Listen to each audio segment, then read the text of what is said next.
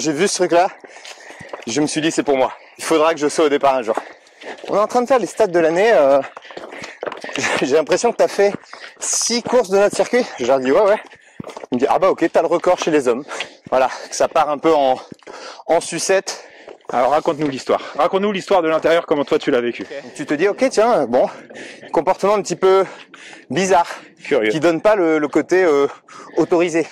Bah ça met un énorme coup au moral en repartant et ça me fait exploser sur la section d'après. Alors c'est le mec qui a fait chanter François Daen.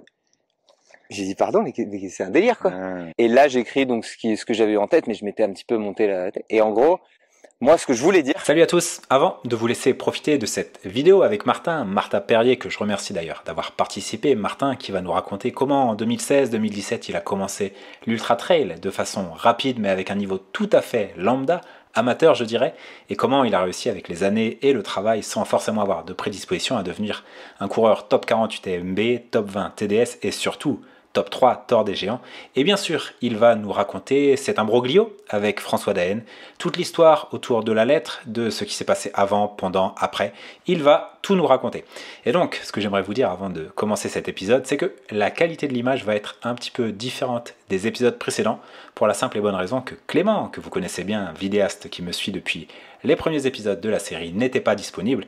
Et j'ai dû donc faire avec un ami de Martin, que je remercie d'ailleurs, Georges, et qui a fait autant que possible de son mieux. Et c'est là d'ailleurs qu'on prend conscience de la difficulté de filmer. J'en profite d'ailleurs pour te remercier. Merci encore Clément pour la qualité de ton travail, puisque courir vite tout en filmant, c'est dur, surtout sur des terrains escarpés. Donc si les images ne sont peut-être pas au niveau habituel, c'est normal, on a fait au mieux au montage pour rattraper. Dans tous les cas, c'est un épisode plein de valeur, alors je vous laisse en profiter. Salut à tous et bienvenue dans un nouvel épisode. Aujourd'hui nous sommes à domicile au niveau du Salève, pour ceux qui connaissent, en Haute-Savoie. Et j'ai le plaisir de recevoir un ami mais également un athlète. Il est coach, conférencier, auteur et athlète du team Fougas Trail International. Quand je dis athlète de trail, je parle d'ultra mais même d'ultra. J'ai le plaisir de partager l'écran avec Martin Perrier. Martin, salut, comment tu vas? Ça va nickel. T'es en forme? Au top. Super. On aura l'occasion d'en reparler, mais on se connaît depuis super longtemps, mais on va en reparler au fur et à mesure de la vidéo. Est-ce que tu peux nous dire ce qui est au programme du jour? Au programme tranquille, je reviens de 450 bornes là sur le Tour des Glaciers en reco, donc 2 petites heures en endurance fondamentale sur le Salève. Puisque tu prépares encore une fois le Tour des Géants, le 4e année. Voilà, exactement, 4e année d'affilée. Yep. Voilà, et puis moi je suis à 12 jours de mon UTMB, donc autant dire que ça tombe bien qu'on n'ait pas non plus 5 heures à faire. Ouais. On est donc au Salève, pour ceux qui connaissent, c'est un peu ton spot, toi, quand tu cours près de chez toi. La montagne des Genevois, c'est pas très haut, mais il y a plein de coins. Ça contrarie un peu les Hauts-Savoyards, donc on va peut-être pas trop le dire ça. C'est ça. Je te laisse nous montrer le chemin et puis on va gentiment attaquer. Let's go pour ces 2 heures d'endurance fondamentale. On te suit. On est parti alors. Go. Bon alors Martin, on va directement expliquer pourquoi on est un peu plus familier qu'avec les autres invités de la chaîne. On se connaît depuis... Ah, ça fait combien de temps? Les années ça début va bientôt du lycée faire 20 ans, ouais, c'est ça, c'est le lycée, donc ça va faire 2005, c'est comme ça. C'est ça. En fait, pour vous faire l'histoire en cours, parce que c'est pas du tout le sujet du jour, mais au moins que vous compreniez le contexte. On était dans le même lycée en Bretagne, à Bréquigny, la capitale bretonne, à Rennes. Et donc on a partagé quelques années. Et puis après, toi, t'es parti dans différentes aventures, moi aussi. Et le hasard des choses a fait qu'on se retrouve 10-15 ans plus tard, à 20 km d'écart, avec la même passion. C'est ça. Alors, la même passion. Je vais mettre quand même quelques guillemets. Parce que toi, ta passion... Je suis un ultra passionné. Ouais, d'accord. Autant il y a un moment où ma passion et ta passion se sont croisées, et puis la tienne a continué dans les extrêmes, et la mienne est restée un peu plus raisonnable, même si les gens disent qu'elle est déraisonnable malgré tout, mais quand les gens vont comprendre ce que toi tu fais, c'est quand même une autre histoire. Bon, pardon. T'es quand même pas mal sur le long aussi. Quand on s'est retrouvés justement, on s'est dit tiens, après le confinement, si on courait de Genève à Annecy en passant par les montagnes, on allait se faire 100 bornes à l'entraînement. C'est pas totalement faux. Bon, c'est pour ça que je dis que je suis raisonnable de manière relative. Mais à côté de toi, je suis très raisonnable. Voilà. Tu vois, pour un mec comme moi qui se décrit un peu comme bigorexique, peut-être un petit peu ma thérapie. Ça me rappelle que en fait, finalement, je ne suis pas tant que ça. Et ce qui est intéressant dans ton histoire, et on aura tout l'occasion d'en revenir, on va d'ailleurs attaquer là-dessus, c'est que toi, tu as commencé à courir. Alors je sais que tu as eu une période spartane. Ouais. Après, tu es rentré dans le mode du trail, ultra trail. et que finalement, t'avais pas plus de prédisposition que ça. T'es Non. pas arrivé comme un coureur qui de suite a performé. En plus, t'as un passé de golfeur, Ouais. sans vouloir critiquer le physique des golfeurs. Mais du golf à l'ultra trail, la transition peut être un petit peu difficile.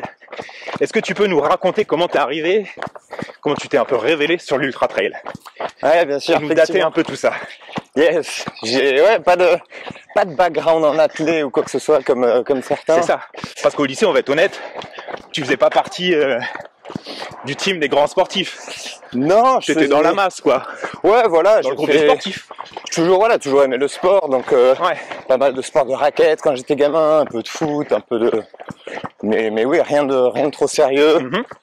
rien de trop compétitif. Et je suis parti dans l'armée en fait en 2011. Dans les troupes de montagne, notamment. Ouais, ça remonte. C'est ça. À Gap. Et en fait, là-bas, j'ai joli passé mon brevet d'alpinisme militaire. Ok. Et notamment, on a fait quelques footings. Et je me suis rendu compte, tiens, mais c'est assez cool. Ok. Puis je me démerde pas trop mal. Et donc, je me suis dit, tiens, je vais m'inscrire sur un semi-marathon à Rennes à l'époque. Premier semi. Touraine-Court. Voilà, exactement. La classe. C'était gratos, je crois. Ouais, c'était gratos. Il Avec laisse le les gens t-shirt en n'importe qui coton. courir. Ouais. Donc vraiment cool.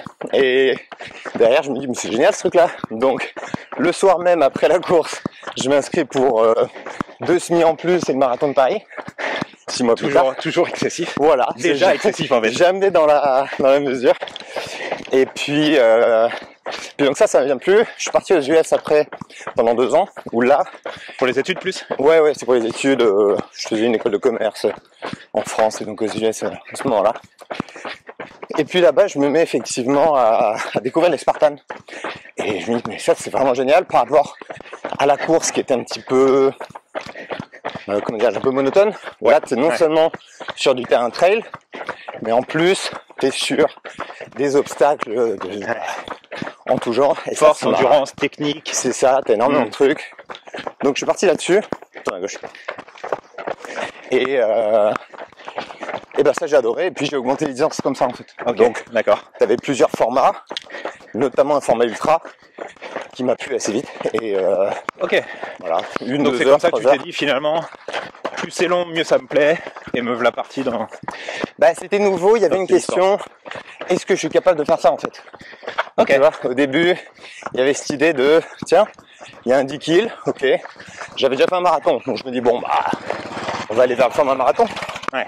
Et là-bas, en fait, c'est un format, enfin, la distance marathon, c'était le format ultra. Ouais. Parce qu'il faisait, soi-disant 42 kills, mais il y en avait une cinquantaine, avec quasiment une centaine d'obstacles. Ok, c'est comparable à ce qu'ils font à Morzine en ce moment. Exactement. C'était l'ultra, à l'époque, il y en avait un seul, c'est dans le Vermont. Et donc voilà, je suis parti là-dessus. Ok. Et là, je me dis, mais c'est génial, quinzaine d'heures de course. Tu te dis, mais c'est la vie, ce C'est une truc-là. aventure. Ok. Voilà, c'est ça. Ok. Et il y avait cette question de, est-ce que je suis capable d'aller au bout déjà? Donc commencer quelque chose en ne sachant pas si, bah ouais, tout simplement, si je vais aller au bout, si je vais Ouais, faire bon, ou pas. ça. C'est Donc là, pas on vraiment est la en trop. 2014. Ouais, exactement. Tu retournes en France après. Ouais, retour en France en 2015. Tu te rends compte qu'il n'y a pas de Spartan. Ah, il y en avait, mais ouais, c'était plus galère, quoi. Ouais. Fallait bouger un peu partout en Europe, bon, dans la droite. Ouais. Et on va arriver sur le trail. Donc ouais, et ensuite 2015, c'est là que j'arrive à Genève, avec cette idée de me rapprocher des montagnes déjà. Ok. Donc, Et te voilà parti à tes carrières, t'étais dans la finance à ce moment-là. ouais, exactement. Je bossais chez JP Morgan. Bon, en fait, t'avais le schéma classique du Genevois, frontalier, qui bosse dans la finance. Ok, donc te voilà jeune montagnard en 2015-2016. Parce que ce qu'il faut dire, c'est que nous, en Bretagne, les montagnes, Ouais, c'est voilà. pas... c'est pas notre terrain de jeu. Non, c'est ça. Alors, C'est que toi, tu viens du golf, et en plus, tu viens d'une zone ultra plate. T'avais rien pour finir sur le Thor des Géants. D'ailleurs, tu devais même pas savoir ce que c'était. non, exactement. À l'époque, c'est quand j'ai commencé un peu les trails que je regarde un peu ce qui se faisait, quoi. Tu vois, marathon, qu'est-ce qu'il y a au-delà. Ok, ouais. Tu découvres les Spartathlons, les UTMB, les trucs comme ça. Et là, ouais, l'UTMB, j'ai vu la musique de Vangelis qui m'a, qui me faisait quelque chose depuis que j'étais gamin. Ah ouais, déjà donc, avant? Ouais, en fait, mes parents mettaient ça très souvent dans le gros système de stéréo de la maison. Ok. Ah ouais, improbable. Ouais, c'est tout. Et du coup, quand j'ai vu ce truc-là, je me suis dit c'est pour moi. Donc, à l'époque, j'avais jamais fait plus qu'un marathon, mais j'ai vu juste la vidéo de départ du TMB et je me suis dit, Connecté. je serai au départ. Ok. Il faudra que je sois au départ un jour. Donc, à quel moment t'as été sur ton premier UTMB? Ça a pris du temps quand même. Ouais, par contre, ça prend du temps. L'UTMB, ça se fait pas non plus du jour au lendemain. Parce que si on recrée un peu l'histoire, moi je pense qu'on s'est vu en 2019 en Haute-Savoie. Quelque chose comme ça. Ouais, 2020, je crois. Au moment du Covid. Un petit peu avant le Covid. Ouais. Je sais, on avait fait un run ici avec notre cher Johan Bazerk. Yep. Et donc, à ce moment-là même, je te disais, je sais pas si tu te rappelles, je te disais, mais Martin, tu t'entraînes n'importe comment. Parce que tu étais le genre d'athlète à faire beaucoup de courses, beaucoup à gauche, beaucoup trop d'ultra. Ouais.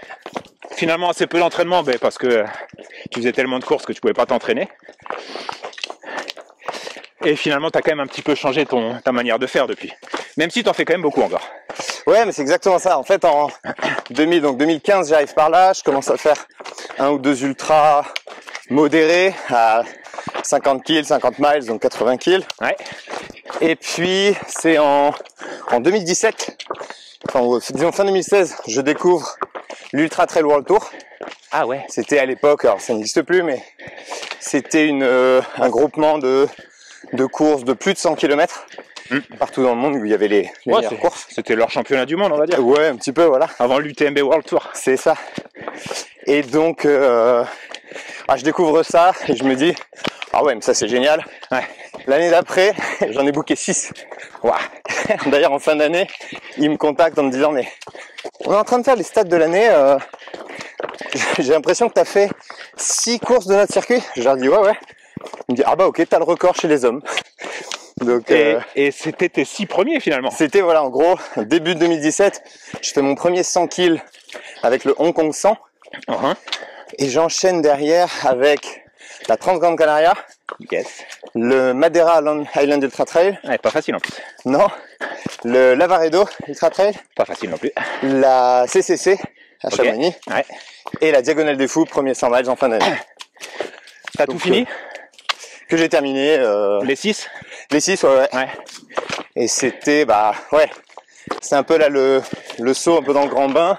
Ouais. Et comme tu dis, avec quasiment 0 entraînement autour. Ouais. Les courses, c'était vraiment mon entraînement. Donc j'étais celui qui se reposait le plus, pour le coup. Si on le considère comme ça, ouais. Donc voilà, il y avait celui en 2017, 1500 km à l'année. Il y en avait 1000 où j'avais un dossard. Ah, c'est fou. Ouais, ça, je me rappelle de cette période.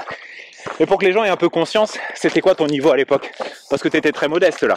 Ouais, j'étais milieu de peloton quand même, plutôt première moitié. Pour ceux qui connaissent les index ITRA, UTMB, j'étais entre 500 et 550. C'est ça, voilà. Donc milieu peloton plus, quoi. Ouais, c'est ça, t'es pas arrivé là avec des index à 700 pour commencer. Non, du tout. Après, t'as continué à t'entraîner là-dedans. T'entraîner, c'est pas le terme qui te caractérise. À mettre des dossards. M'épanouir en tout cas dedans, ouais. Voilà. Et moi, j'ai eu l'impression, mais tu me dis si je me trompe, que c'est ton UTMB en 2000 combien? 2022? 21, je pense, quand on a fait ensemble. 2021 peut-être, ouais. Exact.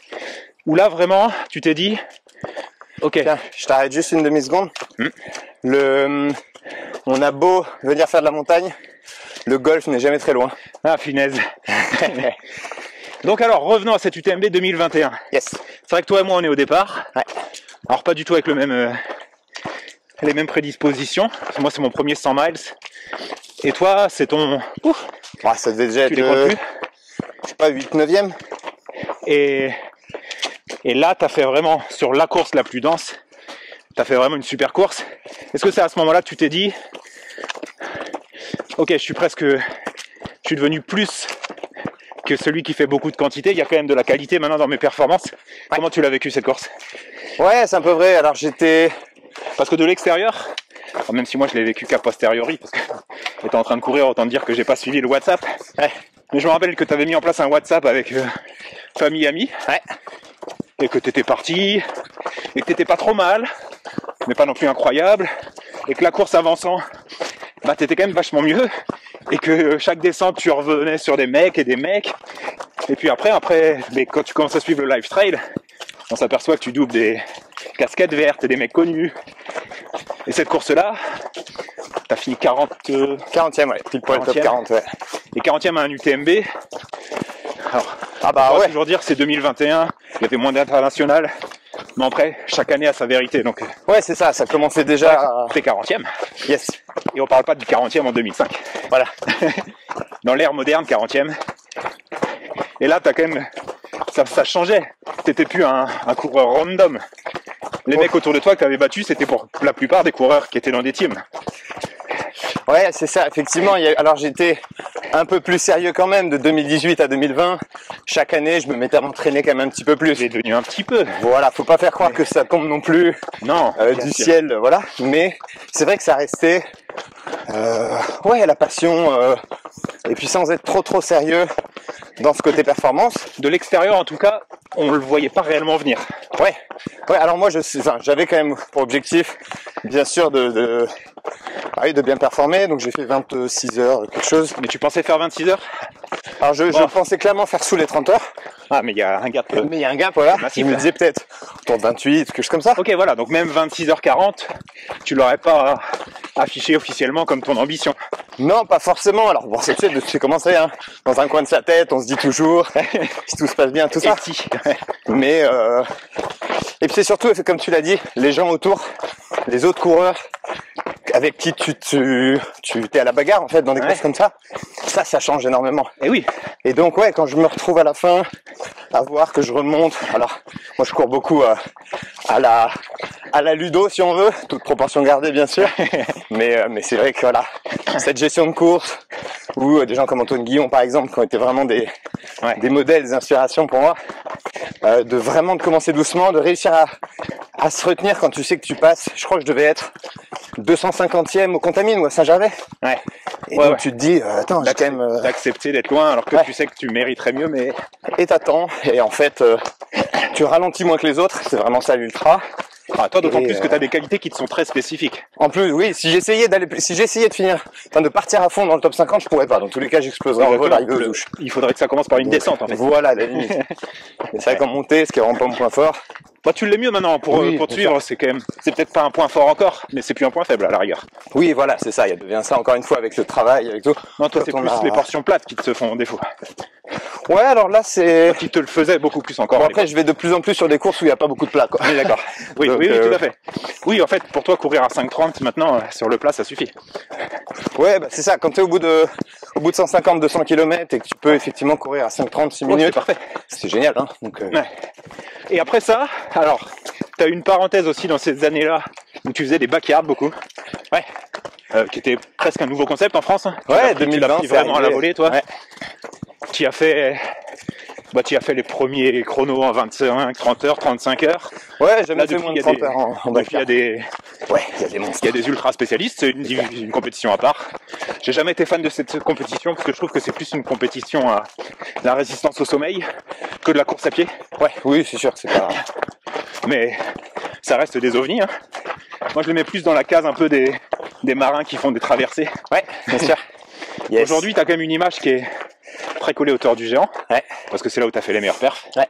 Parce que la course commençait à être visible et toi, tu étais là quand elle a été visible. Ouais. Parce que ton sponsor, c'est le sponsor de la course. Exactement. Bref, il y a plein de liens. Parce que tu as aussi affiché ton envie de le gagner. Ouais. Et tu y retournes tous les ans. Donc, ouais, j'ai booké mon mois de septembre pour les 10 ans à venir. C'est que clairement, on est dans... Que je le gagne ou non, c'est l'histoire d'amour. Voilà, on est en plein dedans. Ouais. Comment tu te retrouves au départ du Tour des Géants? Qu'est-ce qui fait comment tu bascules là-dedans? Alors que tu deviens bon sur les 100 miles, même très bon, tu pourrais te dire, bah attends, UTMB 24 heures, pourquoi pas? Ouais. Et en fait, tu as complètement quitté cet univers. C'est 2022 justement où Je confirme. je postule donc pour le Tour des Géants. Alors je crois qu'avant le fait ça se télescoper avec l'inscription TDS. Ok. Donc je m'inscris à la TDS en n'étant pas sûr. Je suis pas pris au Tour des Géants. Et en fait, je retourne voir une semaine après sur le site du Tour, juste un peu pour accepter le fait que bon bah non, je ne serai pas pris par mon deuil, voilà. Et là je vois que Kailas, mon sponsor, donc depuis un an ou deux déjà à l'époque, devient le sponsor principal de la course. Ouais. Et alors là, bah, j'appelle le manager d'équipe, je dis tu peux me trouver une place éventuellement? C'est comment? Elle me dit ouais attends, je te reviens dans une semaine. Et bim, j'ai eu ma place. Et après une TDS, je suis assez bien réussi, je finis 19e. Ah, carrément, ouais. C'est là que j'arrive sur le Tour. 2022, donc premier Tour, Yes. 7ème. Quel chrono? 81 heures. Ok, parce que maintenant, alors la densité fait que la gagne, elle se fait en moins de 70 heures. Ouais. Peut-être même 66. On va Ouais. commencer à viser ça Ouais, sur les années où la méthode te permet de le faire. bien sûr. Donc 80, tu dois être très loin du premier, mais t'es 7ème quoi. Ouais, c'est ça. Et comment tu vis ton expérience et comment tu la compares à un 100 miles? Assez dingue, c'est vraiment ce que j'allais chercher au départ avec l'ultra. C'est ce saut dans l'inconnu. Ouais. Et c'est vrai qu'un 100 miles, un UTMB, si tu regardes pour les meilleurs, qui sont autour de 20 heures, c'est presque un sprint en fait. Donc, C'est vrai, tu c'est vois, vrai. C'est-à-dire qu'il n'y a pas la question du sommeil, Non. la nutrition, ils savent ce qu'ils font, etc. Donc, en fait, Ça c'est vrai pour tous ceux qui remettent pas les frontales pour la deuxième nuit. oui, voilà, bien sûr, oui, bien sûr. Toi tu l'avais pas remise d'ailleurs. Non, en 2021, je suis arrivé à l'apéro. C'est ça. Et on La a- pénombre, tout juste. On a le sens des priorités ou on l'a pas, quoi. Ouais, c'est ça. J'ai compris l'objectif pour moi. Et le Tour, bah, tu sais vraiment pas ce qui peut se passer. Sur cette première année, j'avais prévu de dormir un moment. J'ai essayé, j'ai dormi, je sais pas, même pas dormi vraiment une petite demi-heure et puis j'ai dû repartir. Ah, c'est marrant, j'entends Et- souvent ça. Que malgré la fatigue, l'excitation Bah c'est ça, ouais. fait que, en fait, t'es... En fait, je suis arrivé. Donc là, pareil, si tu veux, on a beau, ça faisait quelques années maintenant, là, 2, 3 ans, que je pouvais rivaliser avec des bons coureurs. Ouais. Mais ça fait toujours bizarre quand tu viens pas de ce milieu au départ. Ah, Et ouais, donc ouais. au Tour, quand j'arrive au ravitaillement de Niel à 200 km, Ok. mon crew me dit il y a Damien Hall qui est un peu dans le dur. Moi, Damien, il avait 2-3 heures d'avance sur moi. C'est un mec qui avait fait 5e de l'UTMB 3 ans plus tôt. Donc bon, Damien Hall, quoi. Ouais. Et donc je leur demande, ah ouais, il en est où? Et puis mon crew me dit, bah il est là, en face de moi, assis au ravito. La tête basse. Je fais, ah oui, d'accord. Je suis en train de me bagarrer avec ces gars-là, quoi. Ouais. Pour la 5e place qui plus est. Et 5e là, place qui représente le podium. oui, exactement. Et donc là, Damien s'en va à ce moment-là. Moi, j'avais prévu de dormir. Et donc, je me dis, mais il faut que je le suive parce que, enfin, c'est Damien Hall. Et c'est là que tu peux te foutre en l'air ta course. Ah, parce que tu cours plus pour toi, mais avec les autres. C'est ça. Ou contre les Et autres. c'est trop tôt, 200 km, du tout ce qui est resté. Et donc, j'ai accepté. Je me suis dit, bah, tant pis, je laisse partir. Et j'accepte que peut-être, Ok. je le rattraperai jamais. Donc, j'ai pris 1 heure de pause. Mais c'est là où j'ai pas vraiment réussi à dormir. Ok. Et donc, en repartant 1 heure derrière lui, sans avoir vraiment dormi, je me suis senti con. Je me suis dit, ouais, c'est pas bien géré de ma part. C'est pas terriblement géré de l'extérieur. Et ouais. en fait, 10 km plus tard, je le dépassais. Ah ouais. Lui, il était en zombie. On était la nuit, hein, bien sûr. Ouais. C'était un zombie, il n'avançait pas. Il avait mis 2h30 pour faire 10 bornes. Et encore qu'il montait pas, même pas, je sais pas, 7-8 bornes. Il était en train d'errer. Voilà. Et donc même sans avoir dormi, en m'étant juste reposé un peu, Ouais. et ben je l'ai rattrapé comme ça en T'as fini devant lui? contre rien. Et ouais, j'ai fini devant lui de quelques heures. Ok. En fait, tu te rends compte que tout peut changer très C'est ce très que j'allais vite sur dire, un parce que Tour. sur ces courses-là, il y a une année, je me rappelle, t'as été dans le dur comme pas possible. Après, t'as fait une folle échappée et t'as refini dans le dur. Ouais, Et en fait, t'as des courses dans la course. exactement. Ça, c'est là, effectivement, 2023. Je fais 7 heures de mieux. Je fais Joli. 74 heures. Propre. Et donc, tous les ans, depuis le début de la création du Tour, c'était bon pour le podium top 3. Tous les ans. Ok. Mais, Peut-être sauf une année encore. Et là, je fais 7e. un 7e également. Ouais. Tu fais 7 heures de mieux sur ta course, tu fais le même classement. Parce qu'il y avait 4 mecs qui couraient ensemble. Alors, ils n'avaient pas prévu de départ, mais ils se retrouvaient à courir ensemble. Ils sont tirés. Et en fait, c'était une bonne stratégie. Moi, j'ai passé tout seul à essayer de les suivre et à me demander mais quand est-ce qu'ils vont craquer. Et ils ont pas craqué. Et donc, ouais, c'était assez dingue. J'ai fini par les rattraper, mais ça m'a coûté beaucoup d'énergie. Ouais. Donc derrière, c'est moi qui me suis un peu effondré. Comme tu dis, c'est la course dans la course. Et je finis du coup à la même place Et le en premier, étant 7 heures plus rapide. et le premier gagne en combien? Donc là, c'est Franco qui gagne cette année-là en 66h39. Ok. Alors que son record de 2 ans plus tôt, c'était, franchement bien, 66h42. Ok. Il a mis 3 minutes seulement à son record. Ok. Donc 2023, 7e à nouveau, mais le chrono s'améliore. Voilà. Nous voilà en 2024. Yes. Et là, 2024, donc toi, tu vas toujours... Tu commences à avoir une... T'étais l'outsider, tu commences à rentrer dans la liste des favoris. Gentiment. Ouais. Et puis 2024, c'est une année particulière parce que là, il y a François qui arrive. Yes. Et François, c'est son retour. Ouais. Alors, il a fait un retour raté. Je sais plus quelle course il abandonne. À l'Hard Rock. La Hard Rock, ouais, où il se fait... où j'ai l'image de Ludo Pombra en train de lui faire un sprint. Ouais, une bosse. génial.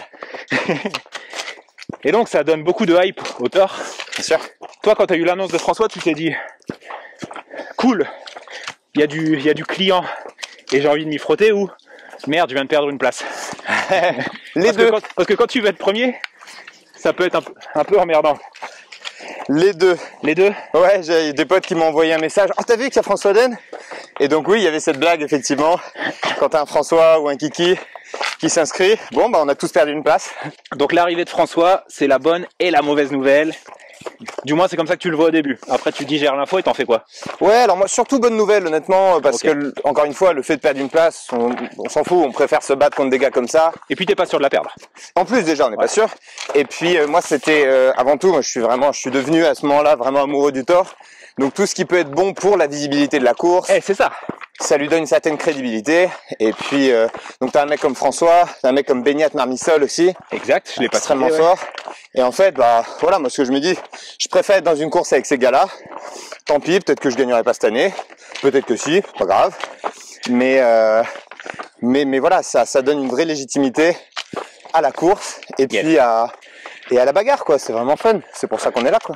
Donc c'était vraiment l'excitation de voir que la course prend de l'ampleur.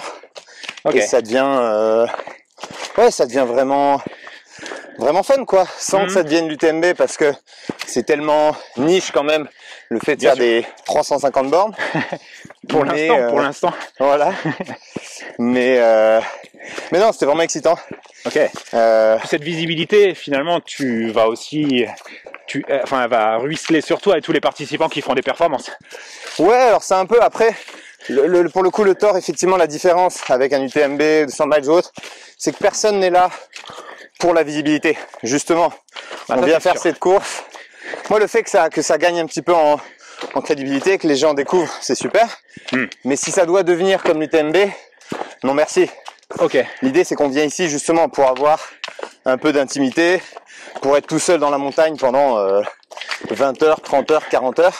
Ouais, je comprends. Donc Ok, ouais, voilà. je comprends. D'accord. Personne dans le Thor n'est à la recherche de célébrité ou de Ouais, d'accord. visibilité. Ok, C'est pas les mêmes mentalités ou les mêmes états d'esprit, on va dire. Et donc 2024, départ de ton 3e Thor.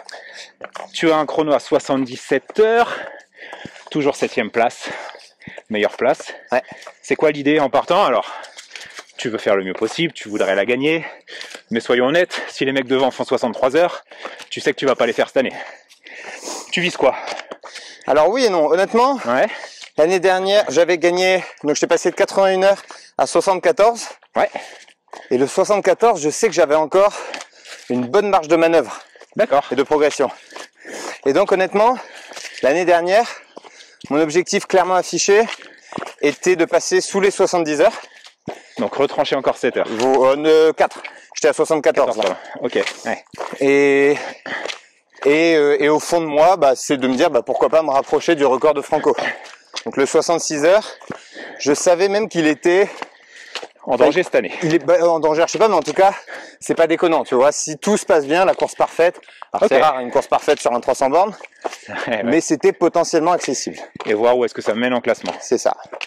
Ok. Parce que t'es parti, t'as une stratégie plus offensive en 2024. Pas nécessairement, c'est juste que j'ai progressé. Ok. Parce que là maintenant, attention, hein, l'année 2017, où je m'entraînais jamais entre mes courses, Oui. ça c'est quand même un peu plus vieux. Hein. Oh non, ça c'est sûr. Maintenant, les volumes, ils sont Ah oui, là. oui, oui. Ceux qui écoutent n'allaient pas penser qu'il n'y a rien à changer. Donc Il fait pas que le tort et des vacances. voilà. Donc non, je venais d'avoir une perf un peu au début de l'été à 840 sur le Scenic Trail, 840 en index ITRA. Donc je me dis ok, je sais, et c'était cohérent avec tout l'entraînement que j'avais fait, etc.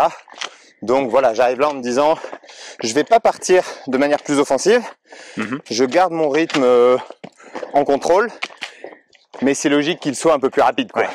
Tu fais un lien, la cote ITRA sur des 200 milers comme ça a encore du sens?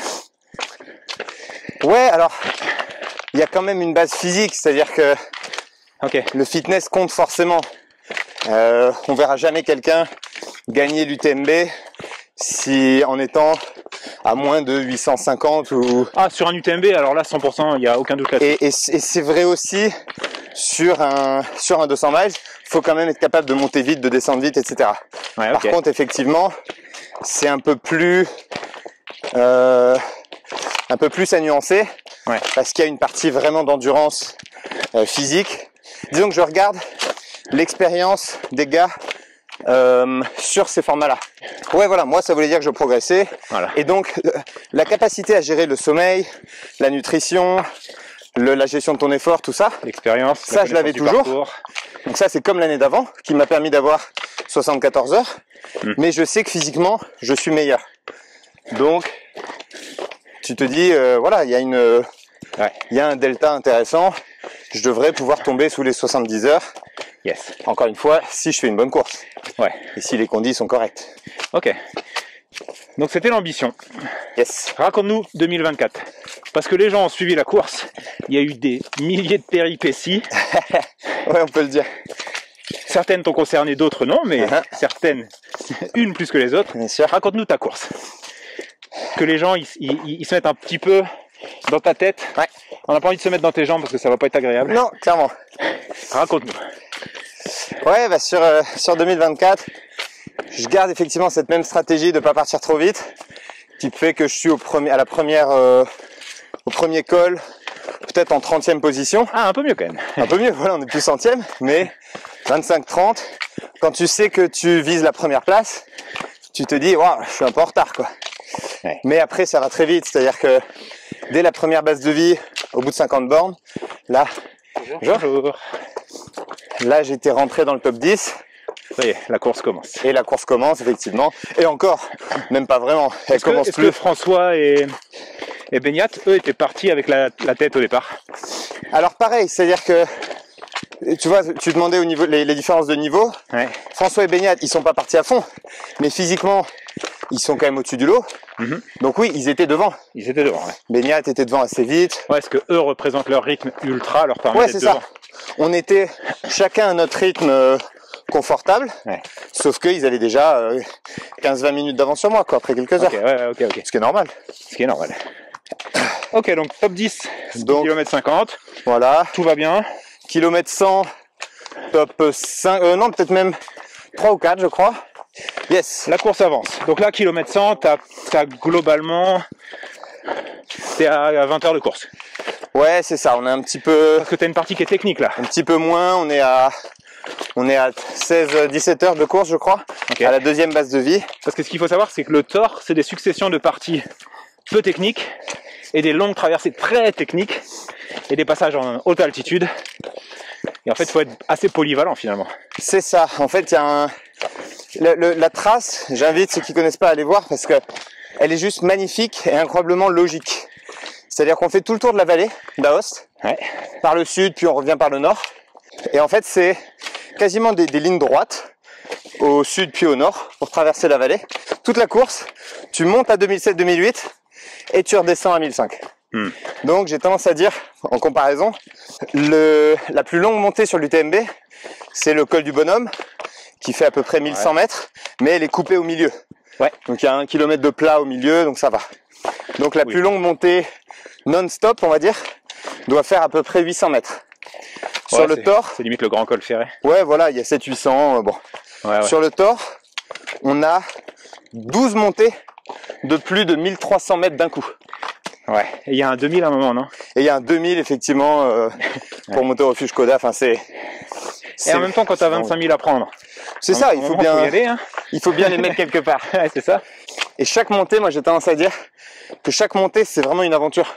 Ouais. C'est-à-dire que tu regardes la vallée comme elle est faite, tu as une toute petite fenêtre au bout, et c'est là qu'on va passer. Le seul que je connais, c'est Malatra. Ouais, voilà, ça c'est, il est emblématique, dernier col de la course. Il est juste au-dessus du parcours de l'UTMB. Ouais, voilà. Et c'est ça qui est vraiment prodigieux avec ce parcours. Ok, donc là, t'es kilomètre 100, t'approches gentiment des 20 heures, t'es bien, même si tu prends pas la veste, bah à la rigueur. Ça va, une fois redescendu. C'est bon, on oublie. Voilà, on va passer sur une partie un peu plus roulante, la 3e section sur les 7. Tu mets les gaz dans la descente. Ça va, voilà. On n'en parle plus. Ok, la course avance. Là, il y a des petits changements de... Est-ce que Beñat est déjà dans le dur? Alors là, on arrive donc à parce que ça va entre 100 et 150 bornes. Faire les chaises musicales après. Ouais, c'est ça. Il y a Louis Calais qui m'avait passé, qui était 3e, qui fait une première sieste la première nuit. Ah, c'est vrai que lui, il a fait vraiment ça. Il va vite, il dort beaucoup. Il va vite, il dort beaucoup. C'est ça. Il a prévu vraiment cette stratégie. Et donc, il fait une sieste pour la première nuit. Et donc, je repars. Et je pensais être 4e. Et on me dit, t'es 3e. Derrière, Beñat et François. Alors moi, imaginez ça. Enfin, je l'avais dit, on en parlait un instant. Ouais. Imaginez... Enfin, savoir que François et Beñat sont là, imaginez par exemple partager un podium avec eux. Pour moi, c'était un rêve éveillé déjà. C'est la Champions League. C'est des mecs à qui je demandais un autographe, moi, encore pas longtemps avant. Donc, si tu veux, c'est vraiment. Donc ouais, c'est ça le. Donc j'ai dit bon bah ok. On est à la mi-course là. On enchaîne, on arrive bientôt à la mi-course. Ouais. On va commencer la montée, la très longue montée qui fait 2000 mètres effectivement, qui nous amène à la mi-course. Et là, en arrivant à la mi-course, après cette longue montée, là, j'apprends que je suis 2e. Et je dis, mais non, 3... Toi, t'as doublé personne à ce moment-là. Non, doublé personne. T'as rien vu. En fait, François faisait une sieste, un ravito avant, de jour. Et donc, j'arrive là, et on me dit que je suis 2e et que Beñat est qu'une dizaine de minutes devant. Alors que j'avais un moment 40 minutes de retard. À ce moment-là, t'es en mode chasseur ou t'es dans ton rythme? Bah, alors, je suis clairement... accéléré un petit peu? Non, on n'accélère pas. Bon, de toute façon, là, ça fait déjà 24 heures. Tu te mets pas à accélérer au bout de 24 heures, quoi. D'accord, mais t'es en sur-régime? Non. L'excitation de cette information a changé ta manière de courir? Non, du tout. C'est ça, c'est l'expérience. C'est une de mes qualités, c'est de réussir à rester, bah, je pense... dans le plan. Ouais, dans le plan. Et donc, je faisais ma course. Mais par contre, c'est sûr que l'excitation monte au fur et à mesure. Eh oui. Avec les remontadas. La manière dont les gens t'accueillent sur le bas-côté. Exactement. Quand on te dit 2e ici, bon, ça commence à être sympa, quoi. Ok, donc tu doubles François, mais en fait tu le doubles parce qu'il dort. Mais je le vois pas, voilà. Ok, donc finalement c'est un peu comme en Formule 1. Le mec qui s'est stoppé et qui a dormi, théoriquement il va être mieux après. C'est ça. Finalement il a investi du temps que toi t'as pas investi. Bon. Exactement. Là on a Beñat et moi devant. Mais par contre Beñat, tu reviens dessus de manière rapide. C'est ça, parce que lui il est un peu dans le dur à ce moment-là. Ouais. Donc là je double Beñat pas longtemps après. On discute 5 minutes. Je lui donne une ou deux infos, conseils un peu sur la section difficile dans laquelle on arrive. Et on est reparti, on a eu une petite coupure puisque dans le Salève aujourd'hui, nous avons droit à des chutes de roches et de pierres assez impressionnantes. Et puis notre caméraman du jour, que je remercie d'ailleurs, Georges, un ami de Martin, qui nous file un petit coup de main parce que Clément, que vous connaissez, était indisponible aujourd'hui. Donc c'est Georges qui nous filme, c'est sa première. Et le rythme était un poil élevé, donc je lui offre un petit repos et on va continuer. Donc Martin, tu disais à l'instant, tu retrouves Beñat, il est dans le dur et tu discutes un peu avec lui. Ouais, c'est ça, je lui donne 2-3 conseils sur le parcours. Il n'avait pas fait de reconnaissance lui, donc et là on arrivait sur la partie la plus technique vraiment du parcours, entre Donas et Gressonnet. Ok. Et donc, comme il est en plus là dans le dur à ce moment-là, je lui donne 2-3 conseils sur ce qui est à venir, quand le refuge arrive, etc. Parce que encore une fois, on est encore qu'au début là, on était à 30 heures de course, on doit en mettre 60, 70. On n'est pas en guéguerre l'un contre l'autre, quoi. Ouais. Je vois. Tu le connaissais, Beignat, à ce moment-là? Non, même pas. Alors moi, je le connais comme ça, mais pas. Non, on se connaît pas personnellement. Mais donc voilà, on discute un peu. Là, en fait dans le Tour, on est vraiment en lutte contre soi-même, contre le parcours, bien sûr. Ouais. Et éventuellement, sur les 50 derniers kilomètres, on est contre les autres, bien sûr. Ouais, bien sûr. Mais là, moi, j'étais ravi encore une fois que Beignat soit sur la course. Et puis, un peu là, triste pour lui. C'est un bon gars en plus, Beignat. Mais il est adorable, bien sûr. Ouais. Il est extra et il fait une super course. Et il finit, voilà, spoil la fin, mais bon, les résultats sont en ligne. Ouais. 2 ou 3 heures devant moi, donc il n'y a pas de... Il finit, quoi. Voilà, c'est pas un sprint finish, quoi. Je veux dire, il n'y a pas de regret, il n'y a pas de... Voilà, donc... Ouais, donc je passe Beignat à ce moment-là. Et j'arrive effectivement... Là, t'es premier. Et donc j'arrive au refuge Barma en tête. Alors c'était l'objectif, clairement. Kilomètre combien là? Kilomètre quasiment 200. On doit être à 180, 185, 190. Combien d'heures de course? 30 heures. 30 heures. Donc on n'est même pas à la moitié. Hein. Ouais, il y a encore du chemin. Ok, mais quand même. Mais bon, ça te place dans les... c'est ça. Je rejoins mon crew et puis là c'est le moment où tu te dis bon, les espoirs que j'avais peut-être de le gagner ou en tout cas de faire moins de 70 heures, ils sont fondés, quoi. Ouais, je me rappelle, j'étais au taf, je regardais ça sur le live.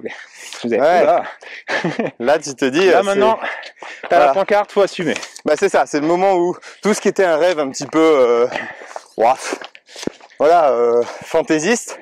Bon, là maintenant c'est ok. What's next? On y va, quoi. Faut le tenir, quoi.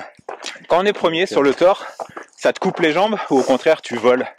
Ça doit impacter, c'est pas possible autrement. Ouais, alors d'une manière générale, le fait de passer en tête dans une course, c'est sûr que ça se fait quelque chose. Là, c'est tellement long. Vu tout ce qui est resté, en fait. Ouais. Moi, j'avais prévu idéalement dans la course parfaite de prendre la tête plutôt vers le kilomètre 300. Ok. Et là, il te reste 50 bornes. Ouais, là, je pense que tu voles.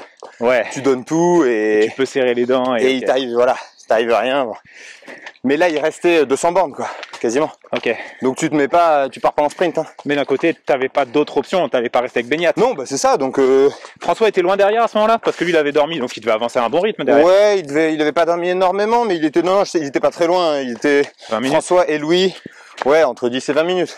Tu le savais, ça? Oui, donc c'est rien du tout. Moi, je me dis pas. Ouais, t'es pas euphorique. Non, à ce moment-là, je me dis mon crew qui me tient en tête. Et j'ai c'est ce qu'on voulait. Maintenant, on continue. On continue, quoi. Il y a que la moitié du boulot qui est fait, quoi. Je comprends. Là, on arrive, tiens, regarde. Mignon ici. La Grande Gorge, du coup, c'est le nom de cette montée du Salève, qui est assez génial, avec effectivement donc cette gorge. On va là-haut, on sera un peu dans les nuages. C'est un bon spot en période caniculaire. Hein. Exactement, on est parfait là. Genève là-bas, qui est sous le soleil. Fait pas trop chaud dans ton appart à Genève? Ah, c'est dur là, en ce moment. J'étais surtout 10 jours sur le Tour des Glaciers en entraînement, en altitude. Je suis rentré, c'est en rentrant à Genève que je me suis dit, il fait bien chaud, quoi. Chaud. Donc là, ça a été un peu dur le retour et on a vite envie d'y retourner. Et moi, j'ai envie de connaître la suite. Continue ton histoire. Allez, on est reparti. On est reparti, ouais, kilomètre 200. Kilomètre 200, donc est-ce que tu as passé la deuxième nuit? T'es dans la deuxième nuit? Bonjour. On arrive à la deuxième nuit là. On est encore, c'est fin de la deuxième journée. On commence le dimanche ce matin. Okay. Et là, on en est au lundi, fin de journée. Ok. Donc là, je repars. Eh oui, lundi, parce que j'étais au boulot. Ouais, logique, c'est bon. Ouais. Là, je repars effectivement et j'arrive. Donc là, petit coup, tu disais un peu jambes coupées ou on vole. Ouais. Ni l'un ni l'autre, mais quand même un petit coup de barre. Ok. À ce moment-là, notamment avec le coup de froid que j'avais pris au col du Lauson un peu avant, qui vient me rattraper entre guillemets. Donc je le sens un peu, mais ça va. Après, tu fais le dos rond. Tu peux pas avoir 350 bornes de ressenti nickel, quoi. Bien sûr. Donc Donc voilà, je fais... T'as pas encore dormi à ce moment-là? Non, là j'ai pas dormi. Et voilà, donc je fais le dos rond, j'attends un peu. Et là, je me fais rattraper juste avant donc Niel, au kilomètre 200 à peu près. Ouais. Je me fais rattraper par Louis d'abord. Louis qui est passé devant. Louis qui est passé devant. Ok. Et donc voilà, qui arrive en top forme. Je comprends pas. Je le vois passer. On est sur un faux plat montant. Et il me dit, allez, tu vas pouvoir dormir un petit peu si tu veux te refaire une santé. Et il me passe en trottinant. Je dis, mais on a fait 200 bornes. Impressionnant. Tu le connaissais, Louis? Ouais, alors on s'était rencontrés juste avant la course. Mais surtout, je sais qu'il avait battu le record de la Swiss Peaks l'année d'avant. Donc je savais que c'était un gros client. Ok. Un peu loin des radars quand même. Ah, alors non. Pour nous. Voilà, pour les gens qui connaissent pas trop. Ouais. Mais pour ceux qui connaissent le long, c'est un peu ce que je te disais tout à l'heure. C'est que j'avais beaucoup plus peur d'un Louis que, pour moi, c'était même le favori potentiellement pour l'année dernière. Que Beignat en tout cas, oui. Même plus qu'un Beignat. Alors, Beignat extrêmement fort, mais pareil, qui avait jamais fait plus de 100 miles. Donc, Ouais. tu sais pas nécessairement comment ça peut se passer, quoi. Donc il te double avec aisance. Ça doit pas être très agréable ça. Ouais, alors il me dit un petit mot, alors ça va, parce qu'encore une fois j'ai l'expérience, je sais que ça va être long. Ouais, Louis qui était vraiment un des favoris, Okay. et qui arrive là en top forme. Et c'est vrai que ça fait un peu mal. Bon, tu dis bon, la course va être longue, hein. Mais Ouais, quand même. mais ouais. Parce que tu dis qu'à cette vitesse, il peut te prendre une demi-heure en 3 heures.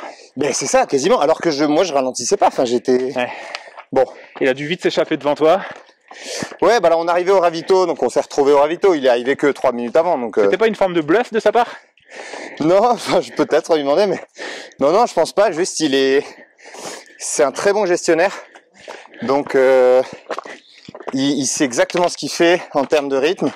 Ok. Et non, il était juste solide à ce moment-là. Ah, ok. Et il a été solide pendant 300 bornes. Hein. Donc là, t'es libéré du statut de premier. Un peu, c'est ça. Et finalement, tu peux retrouver ton objectif de reprendre la tête au 300e. Mais voilà, c'est ça qui est bien. Et lui, on en a parlé après, il avait un peu la même idée que moi, Louis, on a des profils similaires. Donc il se disait, mais... Personne ne voulait la Ouais, gagner. c'est ça. C'est beaucoup trop tôt pour être en tête. Mais comme tu dis, bah t'es en tête, hein. Tu vas pas t'attendre, Eh oui. t'asseoir dans un coin en attendant que ça passe. Donc là, t'es en sandwich entre Louis et François qui doit pas être loin derrière. Ouais, c'est ça. Ok. Là, il y a François qui arrive à ce moment-là. Au ravito toujours? Vous vous retrouvez à 3 au On se ravito? retrouve à 3 au ravito, effectivement, à Niel. Ok. Et en arrivant au ravito, moi, c'est là que ça part un peu en sucette pour moi, avec le début de tout le bazar de l'année dernière avec François et ses caméramans. Alors raconte-nous l'histoire. Raconte-nous l'histoire de l'intérieur, comment toi tu l'as vécu. Yes. Parce que cette histoire, toi t'as pas réellement pu t'exprimer dessus. Non. Bon déjà, parce que t'étais en train de courir. Ouais, c'est ça. François, lui, il avait son staff sur les réseaux qui publiait. Donc il y a eu une version qui est sortie. Ouais. Tout le monde a rebondi dessus. Tout le monde en a fait des mèmes. Voilà. Qu'est-ce qui s'est passé réellement? Sans trop savoir et sans jamais, bien sûr, me demander, moi, mon avis ou ma version, quoi.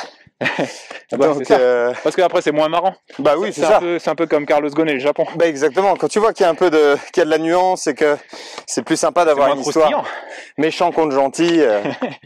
Donc alors raconte-nous, Donc- on recontextualise, on est kilomètre 200 passés, Ouais, c'est ça. t'as fait 35 heures de course quasi, Ouais. t'as pas dormi, Non. t'es en train de jouer la gagne, tout le Exactement. monde est fatigué, Voilà. il y a 3 mecs devant, alors oui, on se soutient, mais on commence un petit peu à se placer aussi. Ouais. Ok, raconte-moi, qu'est-ce qui se passe, qu'est-ce que tu vis et comment tu l'interprètes toi? Yes. Un truc à savoir, bien sûr, sur le Thor, on le disait tout à l'heure, c'est que c'est quand même un truc beaucoup plus intimiste. Ouais. Il n'y a pas du tout le côté médiatisé d'un UTMB. Il n'y a pas beaucoup d'images pendant la course. Tu te retrouves tout seul pendant potentiellement 10, 20, 30, 40 heures. La première année, j'ai passé 40 heures sans voir un seul coureur. Donc Ça te plaît voilà. ça? C'est vraiment dingue. Ça doit être particulier quand même. Ouais, hein. T'imagines par rapport à tout ton UTMB, Waouh. plus encore peut-être 50 bornes. Et encore, je suis pas dans la masse. Oui, voilà, c'est ça. Mais zéro personne. J'ai vu une coureuse, Ouais. Sabrina, qui m'avait rattrapé. Bref, Ouais, c'est toi et ta solitude. c'est ça. Et à cause d'un paquet d'histoires qu'il y a pu avoir dans les années passées, Ah, on en reparlera au après. tort, voilà. Le tort, il est quand même très étiqueté avec la triche. C'est ça. Et donc, il y a un règlement qui est assez strict qui dit que tu ne peux pas être suivi par qui que ce soit pendant plus de 50 mètres. Ça, c'est du pacing et c'est interdit. Voilà. Donc ça, c'est important. Donc moi, pendant toute la course, ma mère m'applaudit, marche à côté de moi pendant 30 mètres. Je lui dis, pop, pop, attention, tu vas me faire disqualifier. Par chance, ta mère marche pas assez vite pour te suivre. C'est ça, voilà, heureusement. donc effectivement, pas plus de 50 bornes, de 50 mètres Ouais. d'accompagnement. Ouais, en fait, c'est de l'accompagnement statique sur le bas-côté sans contact. C'est ça. Voilà. Or, moi, donc ce que j'ai... T'as des zones d'assistance pour Oui, bien sûr, les zones d'assistance Voilà. sur les ravitaux, il n'y a pas de problème. qui sont très délimitées. Mais c'est ça.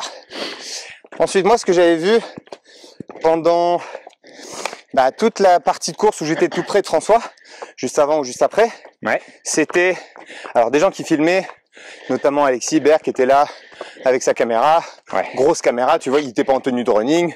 Enfin, tu vois que c'est Ouais. c'est du statique, voilà. Ouais. Mais je vois également beaucoup de monde qui n'avait pas forcément de caméra, qui était en tenue de sport, toute la tenue Salomon, etc. Ok.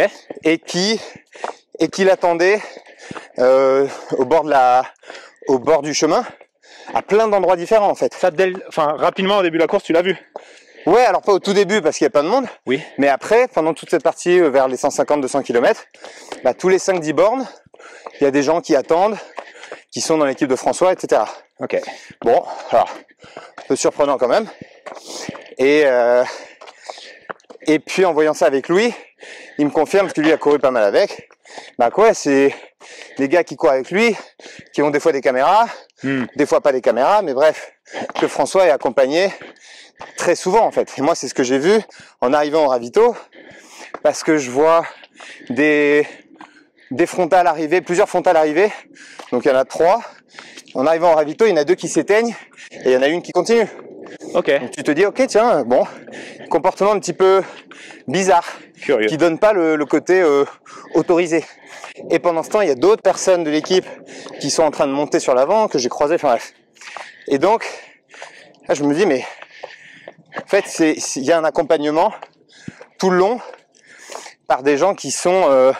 Alors c'est ce que je me dis, hein, moi je connaissais pas François personnellement, mais comme tout le monde, il y a beaucoup de respect et d'admiration pour l'athlète, pour la personne.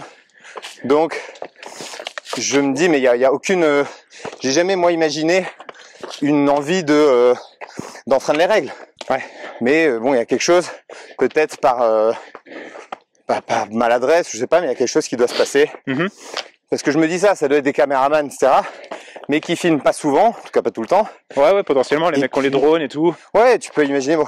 Mhm. Mais c'est vrai que moi je vois qu'il est suivi absolument tout le temps. Et ça, ça met un énorme coup au moral en repartant. Et ça me fait exploser sur la section d'après. Parce que je voulais en parler du coup avec François au Ravido. Ok. Et Ah oui, ça veut dire qu'au moment où tu l'as en tête, c'est ok. Et t'as toute cette section où tu l'as dans la tête et tu ressasses et... ouais. Ah. Et Et t'es tout seul. Et voilà, et là je me dis non, c'est pas possible. Et donc il y a trop de monde au moment de la vidéo, j'ai dû changer de chaussures, lui il est parti avant moi, on n'a D'accord. pas pu en discuter. Et derrière, moi ça me fait totalement vriller. Ok. On est dans la nuit, pas dormi effectivement depuis 35-40 heures. Et là j'explose totalement. Je n'avance plus, je peux plus, je me dis mais à quoi bon en fait, je perds tout de mon... Ah Moi, ouais. je suis amoureux de cette course, je fais tout pour essayer de la faire Ça te fait de manière sortir de ta clean, course. bien sûr. Et ça me Ça te sort de ta course. sort totalement de ma course et je suis au bord d'exploser, donc je dors un moment, j'essaie de m'arrêter, j'essaie de dormir un peu, genre pas vraiment, mais je fais une pause en voulant abandonner et finalement je réussis à avoir mon crew qui me dit viens au moins jusqu'à Gressoney, la base de vie. On arrive à la base de vie. Parce que tu penses à arrêter à ce moment-là? Ah ouais, là moi dans ma tête c'est Ah. terminé, j'ai vraiment explosé en vol. Et t'es combien encore? Là je suis 3e là, Ah ouais. mais juste je peux plus, j'ai plus rien, j'arrive plus à marcher, je pète un bâton, je tombe dans les... je peux plus rien faire là, je suis Ah, t'es plus là. ouais, c'est extinction des feux et donc j'arrive à Gressoney en me disant non mais allez, je vais aller m'allonger un peu, je vais repartir au petit matin et je vais terminer juste, tiens attends pas tant là, je vais repartir au petit matin juste pour terminer la course. Ok. Et faire un... Et puis voilà, et terminer parce qu'il y a mes parents qui sont là, il y a mon crew, donc c'est pour eux que je fais ça, et pour ne pas abandonner le Tour des Géants qui est ma course de cœur. Okay. Mais à ce moment-là, pour moi, la course est terminée, quoi. D'accord, ok. Ah ouais, ok, je Donc, pense pas que t'as vu ça en tête. Comme... Ah ouais, je suis descendu, bah là, en repartant de Gressoney, je suis tombé 8e, mais il y a plus de course, il y a plus de classement, il y a plus rien, quoi. En mode rando trail. Ouais, c'est ça. J'avais un objectif à 66 heures, là, je me suis arrêté 7 ou 8 heures, enfin, c'est fini, quoi, il y a plus... Okay. D'accord, ah ouais, on est à dans ce cette moment-là, logique-là. ouais. Mais à ce moment-là, c'est dead. ton crew te dit quoi à ce moment-là, lui? Bah, s'ils essaient de te remobiliser, Bah, ouais, voilà, c'est peux... ça, exactement. Le revenir, ok, mais... Voilà, mais bon, il n'y a pas grand chose à faire, quoi. Donc, hermétique, ça passe plus. C'est ça. Donc non, compliqué. Bon, je finis un peu pour eux, je finis comme ça. Et puis en repartant, mais quand même, moi, ça me turlupine et je me dis, mais c'est pas possible. Et je me dis, connaissant un peu François, c'est pas possible. Ça peut pas être un truc, il peut pas avoir envie d'avoir pris un avantage, il vient pas sur le tort pour se battre de manière déloyale, quoi. C'est pas possible. Et donc, je me dis, bah, écoute, je vais lui écrire.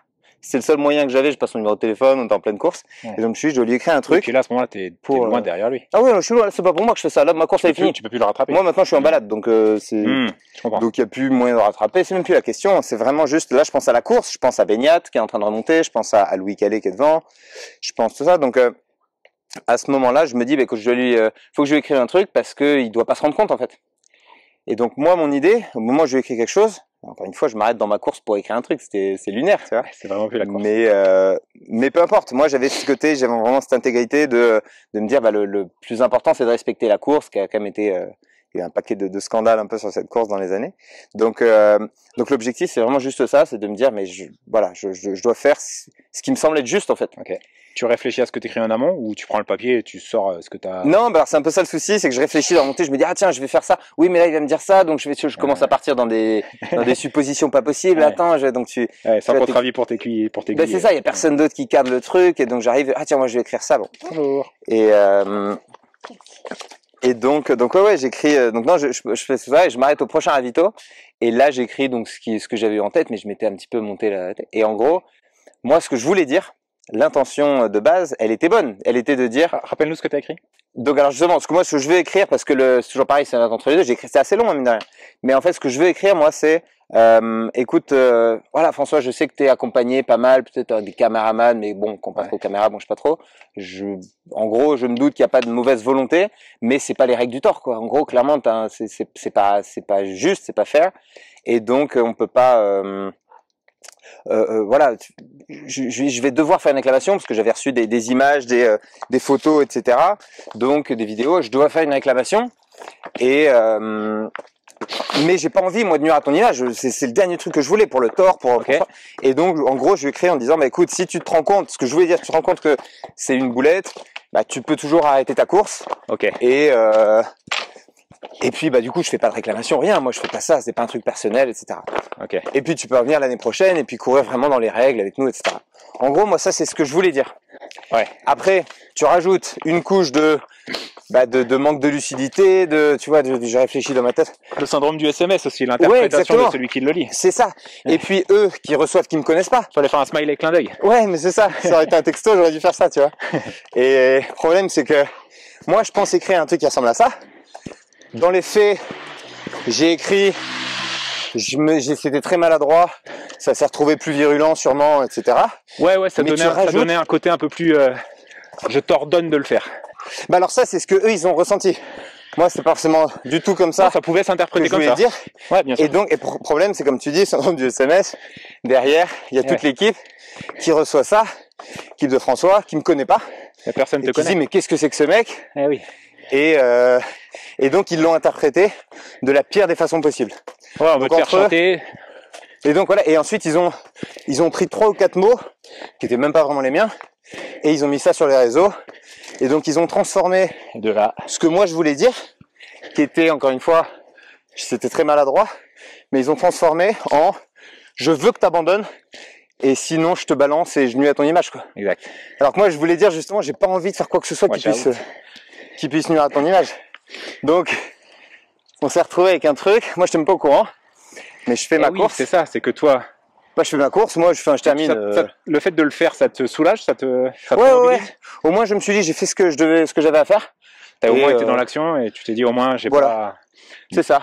Si tu le fais pas maintenant, de toute façon, t'allais pas le faire après. Exactement, exactement. Donc je me dis voilà, j'ai fait ce que j'avais à faire pour moi, pour la course, pour Beignat, pour Louis devant, pour tout le monde en fait, pour tous les mecs qui sont devant. Par rapport à là où tu mets ta morale. Voilà. Et même pour lui en fait, pour François, je me dis il doit pas se rendre compte, mais ça doit le gêner parce que moi je me mets à sa place. Ouais, ça me gênerait, j'en ai pas compte.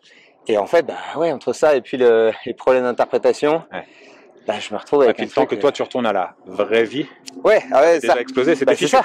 Je fais ma course, je me rends pas compte, et quand à la fin on me dit attention, parle pas du truc, c'est une affaire d'état et tout. J'ai dit, comment ça, quoi? Pour moi dans ma tête, à la fin je me suis dit, moi dans ma tête c'était tellement positif ce que je voulais faire au départ que il allait me remercier après. T'entendais une discussion. Ouais, moi dans ma tête je me dis François il va me remercier d'avoir mis le doigt un peu là-dessus parce qu'il s'en rendait pas compte et tout. C'est à quel point tu vois j'étais il y a un peu le manque de lucidité, déconnecté de ce qui se passait. Et puis le problème d'interprétation de tout ça. Et donc j'arrive à la fin et on me dit ouais alors t'es le mec qui a fait chanter François Den. J'ai dit pardon mais c'est un délire quoi. Et comme si c'était pour moi pour gagner une place et tout alors que c'était pas une seconde où je faisais ça à titre personnel ou quoi que ce soit. Je comprends. Ok, je comprends, ouais. Donc finalement, ta course, d'un point de vue sportif, elle se termine comment? Et après, on va revenir sur l'après. Ouais, en fait, je finis. Encore une fois, je repars en me disant bon voilà, moi je termine juste pour pas abandonner. Ouais. Donc je suis 8e, je suis bon perpète. Et puis je remonte les gens un par un. Donc là, tu te reprends un peu au jeu. De toute façon, plus vite arriver, plus vite tu termines. Faut voir ça comme ça. Ouais. Et donc j'arrive 4e. Là, j'étais loin des 3 premiers. Donc je me dis bon voilà, ça finira 4e. Et puis je passe au refuge Champillon. Et là, on me dit rien. Mais il y a Louis qui dormait à ce moment-là, parce que lui, il a eu une grosse gastro. Il cartonnait sur sa course pendant 300 bornes. Ouais. Et ensuite, il prend une gastro. Ah, il était quasiment vainqueur. Hein. Ah ouais, il était vraiment... il pouvait la gagner. Quasiment sur les bases du record. Enfin, il était très très fort. Et là, du coup, il dort ici, mais je suis pas au courant. Et... c'est ça qui est drôle, c'est que je passe et j'arrive au ravito d'après, on me dit t'es 3e. Je dis non 4e. Il me dit non j'en ai vu passer que 3. Et alors là je réalise que finalement tu te retrouves 3e avec une course qui pour moi elle était foutue déjà depuis longtemps tu vois. Et donc tu finiras 3e? Et donc je finis 3e. En combien d'heures? En 75 heures. Ton record? En ayant fait... Non, j'ai fait 74 du collier d'avant. Et en ayant lâché... Mais en ayant passé 7 ou 8 heures à rien faire dans un ravito quoi. Donc, donc on reprend, t'arrives à l'arrivée, donc mi-figue mi-raisin, mais quand même 3e. Oui, au total, quand tu finis 8e mais que tu remontes et que tu finis 3, ouais, ravi, tu vois. Ok, donc toi tu finis, t'es 3e, t'es épuisé, voilà. Ça lâche un peu, le bonheur, le soulagement, la famille, les amis qui sont là. Ok. Donc, et donc là on commence à te dire, ouais, il y a une petite... il y a un souci là. Une petite histoire quoi. Allume ton Instagram, tu vas comprendre. Ouais, c'est ça. Toi, à ce moment-là, c'est pas un sujet. De toute façon, il faut que tu dormes pendant 2 jours et on verra ce qui se passe après. Ou tu essaies quand même de comprendre. Enfin, qu'est-ce qu'on fait à ce moment-là? Non, j'arrive en milieu de journée. C'est un sacré shitstorm que tu prends là. Ouais, c'est ça. Pour toi, qui est pas un créateur de contenu ou ce genre de choses et qui est pas confronté c'est ça, à ça. Moi, je suis rien du tout. Tu vois, j'ai une poignée de followers. C'est pas. Parce que les gens qui sont confrontés à ça, ils savent le. Oui. Les cellules de crise et compagnie. Ils savent le vivre. Ah, bien sûr. Mais toi, t'es toute seule. Ouais, bien sûr. Donc non, on est milieu de journée, donc ça va. Je suis fatigué, oui, mais j'ai pas besoin d'aller dormir tout de suite. Ok. Donc non, on regarde ça. Moi, j'essaie de comprendre un peu ce qui s'est passé, et je me dis mais c'est démentiel, quoi. Donc là, tu te branches, tu vois les genoux dans le livre, tu vois les commentaires sur les posts. Ma copine qui a tout pris, toutes les insultes, toutes les menaces, tout ça, et des centaines, quoi. Tu peux scroller pendant des heures. Ah oui, non, je sais, c'est aller sur les posts de Kayla. C'est complètement dingue. Sur, c'est dans tous les sens. Et donc là ça a été vraiment dur. C'est quoi ton sentiment à ce moment-là? T'es surpris au départ, mais après t'es quoi? T'es énervé? Si tu l'es, t'es énervé contre qui? Parce que finalement les Michel et les users 119 sur Instagram, c'est des gens sans valeur, c'est pas gênant. Moi chaque message individuellement me touche pas personnellement parce que c'est des gens qui me connaissent pas. Moi je sais que je suis droit dans mes bottes, je sais ce que j'ai fait. C'est la vie de François qui pourrait te gêner. C'est ça, moi le premier truc ça a été il faut que je parle à François en fait. Parce que lui t'as du crédit. Ben oui, c'est ça, moi c'est et puis moi ma lettre, moi je voulais justement pas parler je voulais pas faire un truc public. Moi je me suis demandé comment c'était sorti public parce que mon idée en lui écrivant et en signant surtout, sinon j'aurais fait si j'avais voulu menacer ou faire quelque chose à François, j'aurais fait un truc anonyme, tu vois. Ouais, logique. J'aurais découpé des morceaux dans un journal et tout. Mais moi, mon objectif, del Sport. Voilà. Mon objectif, c'était très friendly, surtout c'était personnel, c'était d'homme à homme, par écrit certes, mais je voulais faire un truc perso. Et donc, bah ouais, là c'est ça le truc, c'est de me dire faut que je lui parle, parce que clairement il y a eu une incompréhension sur la route, quoi. Quand je vois ce qu'ils ont transmis son équipe dans les stories, je me dis il y a un souci, quoi. Ouais. Et donc t'as réussi à... Comment ça se passe à ce moment-là? T'essaies de le joindre? Ouais, je le connais pas, t'as pas de contact? Non, mais j'ai réussi à le joindre avec un contact en commun qui lui a demandé s'il pouvait passer mon numéro. Et donc François, son équipe était vraiment contre, mais lui, François... Contre quoi? Le fait d'avoir un échange le fait qu'il me parle, etc. Il dit non, surtout pas. Non, on s'est vu 1h30 à Courmayeur. D'accord, ok. Le jour donc, même le jeudi, le lendemain. Le lendemain, ok. Et le temps que justement que je réussisse à avoir son contact. C'est difficile d'avoir une nuit de sommeil. On est tous un peu crevés, etc. Ouais, c'est mieux.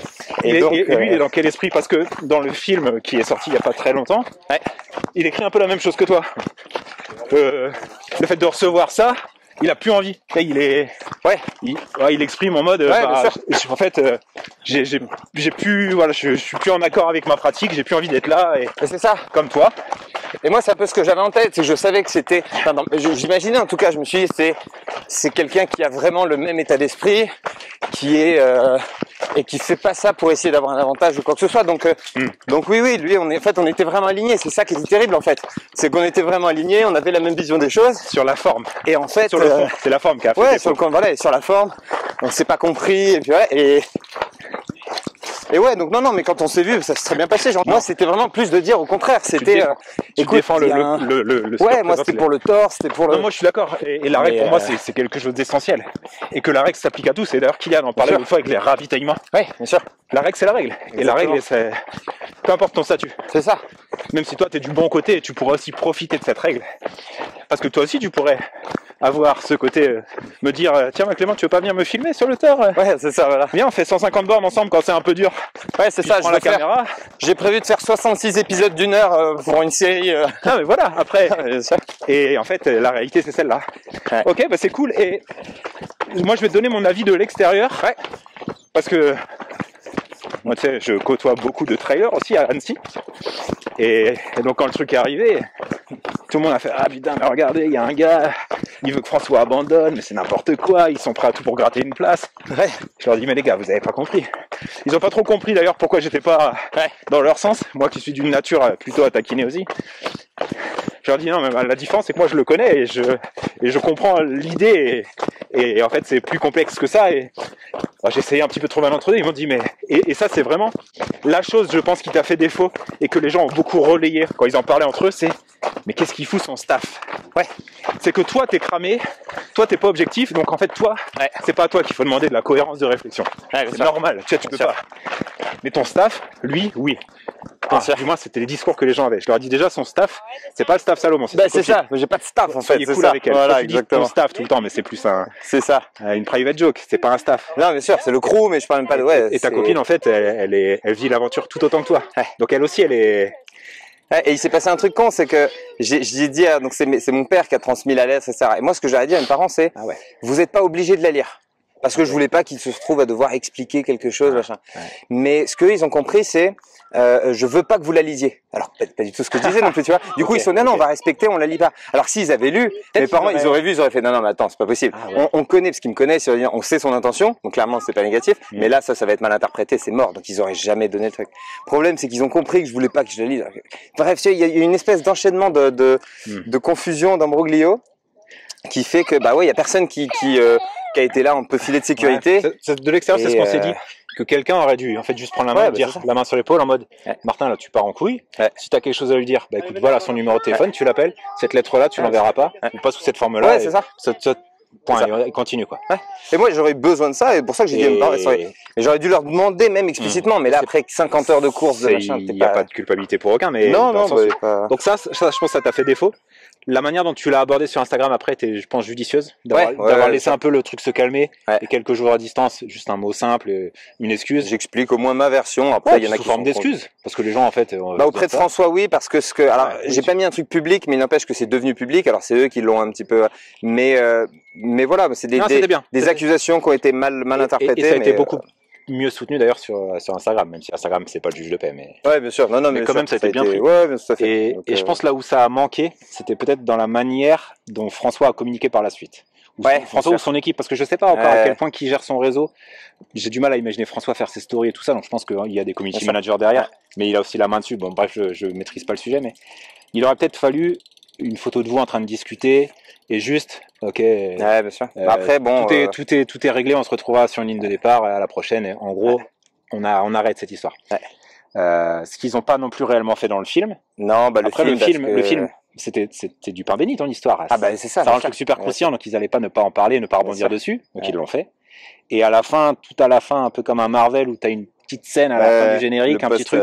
Bon, en fait, Martin et François se sont expliqués, c'est réglé à peu près, salut. Non, c'était. Ouais, c'était light. Il aurait peut-être fallu un peu plus, peut-être même te mettre dans un extrait, tu vois, ça aurait pu être bien. Ouais, ça après.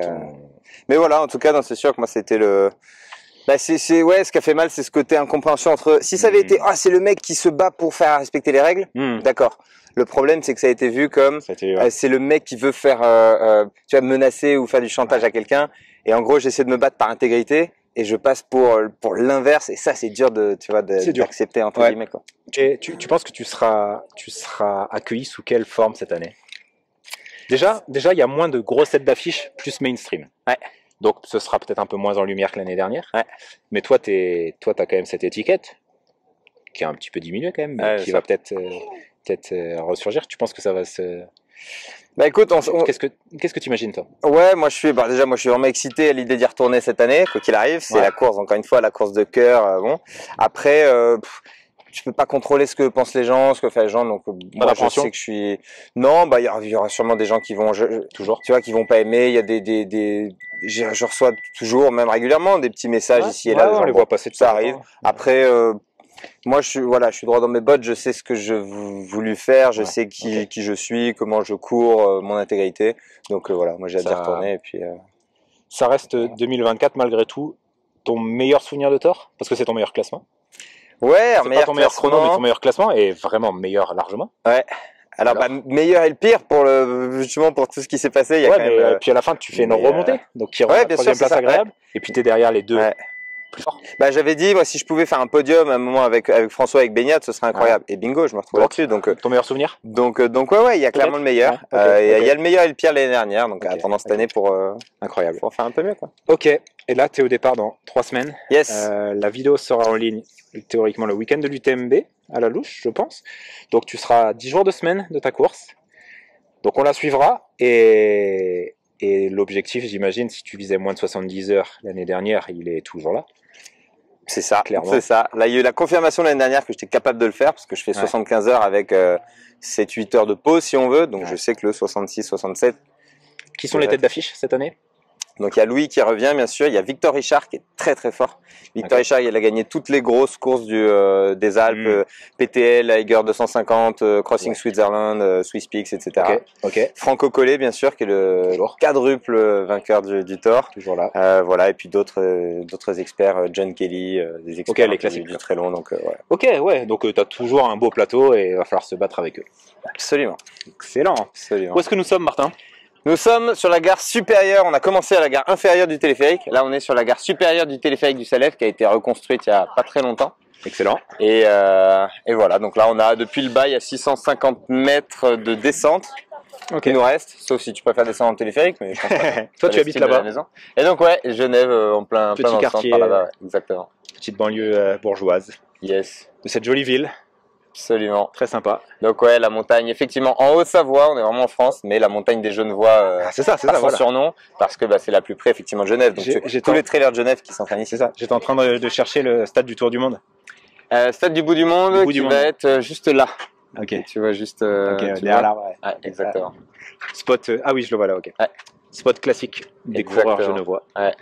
De Julien Vanders d'ailleurs. Ouais. J'ai croisé là-bas une fois. Je me suis retrouvé à faire une espèce de fractionné où je courais peut-être à 3,20 et puis je vois un gars qui fait des tours à 3,10 et qui me dépasse pendant mon fractionné, je me dis ouais, il s'est chopé. Et en fait voilà, c'est ça, c'était Julien Vanders qui ce serait un bel invité d'ailleurs. Ouais, exactement. OK, cool. Eh ben écoute, on va gentiment continuer cette descente et puis en plus après ça va être l'heure du défi, Martin, tu le sais. Je pense que tu le sais, je t'en ai pas parlé mais T'es pas surpris? Je connais l'animal. Par principe, je me mets jamais dans une position où je risque de perdre. Bah non. Parce que c'est ma chaîne et puis parce qu'à un moment, C'est normal. Le statut, voilà. Puis ça me fait plaisir de me dire, tu vois, j'aime bien dire, si j'ai battu le 3e du Thor, c'est que je vaux au moins un top 3 au Thor. Facile, sans problème. C'est peut-être des raccourcis, mais... Non, c'est cohérent. C'est de la logique pure et simple. Tu vois, par exemple, j'ai pas réussi à battre Ludo Pombray sur le kilomètre vertical en descente. Ouais. J'étais très loin d'ailleurs de le battre. Donc ça veut dire que je gagnerai pas la hard rock. Voilà. Deuxième. Ça va. C'est honnête. Ça va. Je sais pas, j'ai pas encore affronté Mathieu. Ah, voilà, faudra... Donc on va faire cette petite descente tranquillement. Yes. Et puis après en bas, on choisira ce défi ensemble. C'est bon pour toi? Allez, ok, go. Martin, nous avons fait notre petite descente. Tranquille, chill. Yep. T'as pas mis trop d'énergie aujourd'hui? Ça va. Il fait un peu chaud quand même. Ouais, c'est ça. Là, on a le soleil. Petite canicule. Le soleil arrive, ouais. Tu le Salève a le défaut de ne pas avoir de point d'eau. Non. Voilà. Bon, maintenant que nous avons fait cette petite échauffement de 1h30, Voilà. Bon. 1h45, il est temps de faire le défi. Je te sais être un descendeur plutôt technique et rapide dans les parties difficiles que l'on vient de faire. Donc ouais. Hors de question que je prenne le risque de me blesser et que je prenne le risque de me faire battre. Ça se tient. Sur tout ça. Donc je vais plutôt t'amener sur un petit segment court, pentu, à fond en montée. Allez. C'est quand la dernière fois que tu as fait une côte dynamique comme ça? Oh, ça remonte, c'est que j'en fais d'habitude assez souvent. L'hiver plus? Mais alors l'hiver, mais même normalement jusque printemps, voire en été, de temps en temps, je garde un peu de vitesse. Putain, mais en fait, tu t'entraînes vraiment? Mais là, cette année, beaucoup moins. Là, j'ai en fait que du volume récemment parce que j'ai eu un souci de petite carence en fer. Ah, j'ai connu ça aussi. Ouais, tu vois, et là, t'as clairement pas d'énergie dans ces cas-là. Je t'invite à prendre les compléments Nutri&Co, mon partenaire. J'avais fallu me dire ça il y a 3 mois, je suis parti sur un autre. Mais ils doivent être excellents, aucun doute. Ils sont excellents, je le confirmerai à l'UTMB. Et donc, ouais, là, depuis, non, j'ai vraiment pas travaillé ma vitesse depuis le mois de, je sais pas, mars-avril. Ok. Parce que, ouais, quand t'es un peu KO en termes d'énergie, c'est pas le moment de faire des entraînements vitesse, quoi. Ils seront pas qualifiés. Ça fait pas de sens. Alors, peut-être sur un 100 miles, même pas peut-être. Faire des rappels de vitesse sur un 100 miles, c'est utile. Des sections, des 8 fois 1 minute en rythme, en boss pour un 100 miles, c'est utile de temps en temps. Ouais. Sur un Thor, là, je pense que... Ouais, c'est ton niveau de fitness global, en fait, que tu essaies de travailler. Donc, effectivement, je peux faire des montées. 1 minute, c'est assez rare. Ça va être des intervalles à 3-4 minutes, généralement, au minimum. Que tu vas plutôt faire en mode fartlek, toi? Ouais, alors ça peut être en fartlek. Ça peut être des fois sur... en hiver, notamment, on est un peu moins en montagne. Ouais. Donc, ça peut être sur tapis, ça peut être sur piste, même de temps en temps. Toi, t'es assez fan du tapis. Ouais, tapis, Stairmaster, notamment une machine escalier, où je peux aller monter pendant 2-3 heures d'affilée. C'est ça. Comme ça, je suis prêt à le faire pendant le Thor, quoi. Abject. Exactement. Mais à l'hiver, j'ai envie de te dire, t'as guère le choix. Ouais, c'est ça. Donc, on fait avec les moyens du bord, comme on dit. Martin, est-ce que tu es prêt? Nous avons donc 1 minute en pente vers là-bas, effort maximal. Ça sert à rien d'être devant à la 30e seconde, c'est comme au Thor. C'est ça, donc on se lance à partir de 50. À toi de voir si tu as une stratégie de sprinter, tu cours comme un cycliste ou si tu mets tout dès le départ. Moi j'ai une stratégie, je t'en parle pas. 1 minute d'effort et puis rendez-vous là-haut. Allez, on fait comme ça. Bon courage. Merci. 3, 2, 1, hop.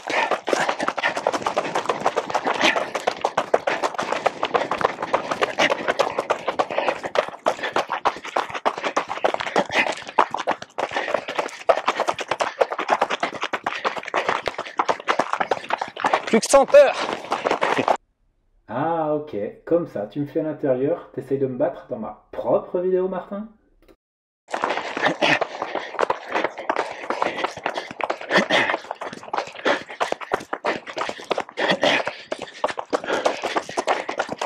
« 30 secondes.